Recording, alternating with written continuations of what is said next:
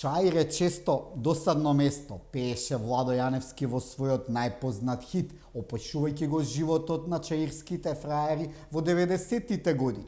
Во новото време, најпознатите чаирски фраери би биле Бујар Османи и Изет Меджити, кандидатите за градоначалник на една од најважните општини за албанците во Скопје. Кој ќе го освои Рим, владее со светот, а кој ќе го освои Чаир, владее со албанците во Македонија. Секаде можеш да загубиш, само не во Чаир. Затоа овие локални избори ќе бидат најнеизвестни во Чаир, бидејќи во речиси сите други општини, каде мнозинството се македонци, се знае победникот. Но во Чаир ќе биде неизвестно и затоа двајцата кандидати се all in, што би се рекло, нудат све живо и диво, и она што е и она што не е во нивна надлежност. Ете и двајцата се сетија да повикаат познати архитекти да го направеле Чаир. Едниот вика како Њујорк, другиот како Бурса во Турција. Господе Боже, кога се ветува нешто, нека се ветува со усул.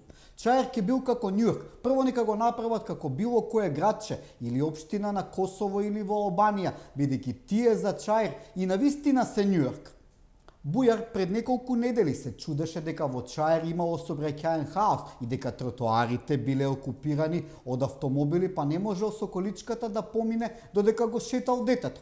Абе ајде, па каде живееше ти досега? Во Брисел? Кој беше градоначалник на Чаир 20 години? Да не беа од Дуи случајно, што не им кажа тогаш или сега ти текна? На Чаир не смее повеќе да се гледа како символ на хаос и нефункционалност. За мене ова е домот, каде ќе вложам секој атом енергија да го подигнеме од пепелта, порача Османи. Јаки мисли, нема што, рече Бујар, кој станувал во 6 сабајле и прва мисла му била Чаир. За Чаир да стане пристојно место на живење не ви требаат архитекти, потребен е само ред и почитување на законите. Еве, на пример, прво можете да почнете со сообраќајниот хаос. Едуцирајте ги чаирчани да не паркираат каде што ќе им текне, да не треба кога поминуваш и како пешак и во еднонасочна улица да гледаш на двете страни, за секој случај. Еве Бујар може да бара да се тргне онаа бетонска ограда од булеварот, за Чаир да не наликува на Кабл и да организира часови по сообраќајна култура дека улица се поминува на пешачки премин, а не среде улица. За тоа архитекти не требаат. И двајцата кандидати се згрозени колку дивоград би имало во Чаир. Па тоа не е од вчера, што се чудат? Архитекти ли ви требаат за секој да гради каде што сака? Не, за тоа треба само закон. Ништо друго. Ако не им е јасно, нека го прашаат Еди Рама, кој до влезот на Албанија во ЕУ најави рушење на сите дивоградби. Ете, така се сака државата. Куда плови овај брод за којим смо кренули ми? Куда плови овај брод? Венко се јави, навистина се јави. По 20 дена пловење со јахтата се појави во Скопје и сончан, освежен. Тоа е, кога си на отворено море нема секаде сигнал. Венко, што се брзаше да се вратиш? Не е итно. Тоа што во партијата никој не те игра и тоа што за 2 месеци имаш избори, ич да не ти чуе. Го знаеш ти резултатот пред време. Кога нашите родители за некого ќе речеа дека е добро дете, ама е западнат во лошо друштво, како да мислеле на Венко. Лошото друштво на Венко се вика Зоки.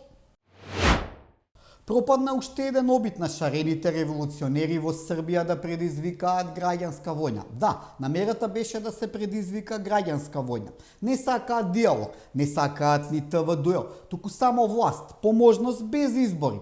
Еве сега сакаат и техничка влада.